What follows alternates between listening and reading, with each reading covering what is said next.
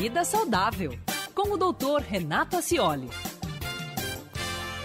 Pois é, monitorar a pressão é sempre importante, a gente sabe disso, mas muitas pessoas acabam recorrendo a aparelhos de medir a pressão, aqueles aparelhos digitais, né, que podem ser usados em casa por qualquer pessoa, mesmo que seja leiga no assunto. Mas será que isso vale a pena, doutor? Cristiane, olha, eu acho que depende de cada situação em particular e isso deve ser decidido junto com o médico, sabe? Na consulta médica, depois que estabelecido o diagnóstico de hipertensão arterial, então o médico pode ver da necessidade ou não do paciente ter um esfigmanômetro, esse é o nome, para medir a impressão em casa e acompanhar. Eu acho que é válido porque esses aparelhos estão muito baratos hoje. Claro que nós fizemos uma pesquisa aí e vimos que tem aparelho que vai de 50 a 500 reais. Claro que os aparelhos de 500, 600 reais são os aparelhos profissionais. Se muitas vezes me perguntam, mas é a medida no pulso, isso vale a pena? Eu disse, não tem problema nenhum.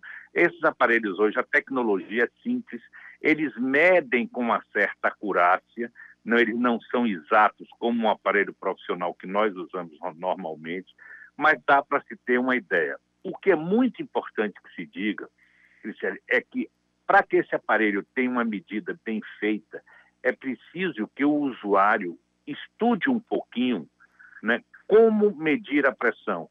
É fundamental que eles sejam bem posicionados no pulso ou no braço e que também que esse aparelho, o braço seja colocado numa posição adequada.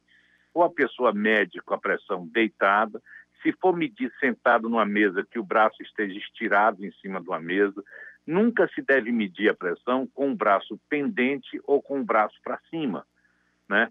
E a vantagem desses aparelhos de punho é que esses aparelhos de punho, a própria pessoa pode fazer a medida da pressão arterial. Os aparelhos normais que nós usamos, os aparelhos profissionais, vamos dizer assim, exige que uma outra pessoa meça a pressão. É muito difícil que a própria pessoa meça a pressão. Precisa ser um técnico e que já esteja acostumado a fazer. Então, mas a decisão de comprar ou não, essa decisão deve levar em conta, claro, as possibilidades do paciente. Se o problema não é dinheiro, o problema não é custo, e o paciente tem uma pressão que às vezes é complicada de controlar, eu acho que vale a pena comprar. Se é aquela hipertensão lábil, aquele paciente que facilmente resolveu e controlou a pressão, com 2, 3 consultas a pressão dele está controlada, não precisa ele ter um aparelho, né? Não precisa ele ter um aparelho. Agora, quem comprar o aparelho, a partir do momento que decidir comprar, 2 coisas são fundamentais. Primeiro, que se estude bastante, até leve o aparelho, é assim que eu faço com os meus pacientes, leve o aparelho ao consultório do médico e peça ao médico para ensinar a medir a pressão com o aparelho que ele comprou.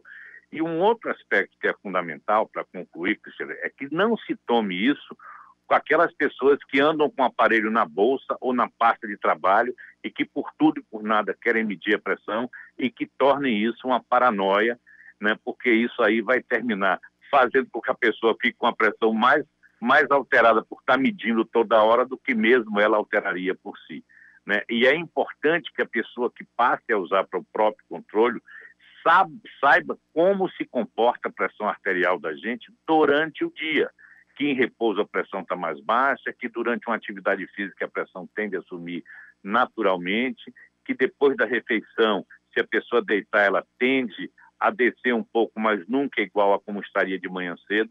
Então, é importante que quem usa o aparelho para controlar a pressão de alguém ou para controlar a própria pressão, que estude um pouquinho o comportamento da pressão arterial durante o dia da gente e que saiba a posição correta de medir. Perfeito, doutor Renato. Mais uma excelente dica nesse início de semana aí. Então, amanhã voltamos a nos falar. Até lá. Até lá.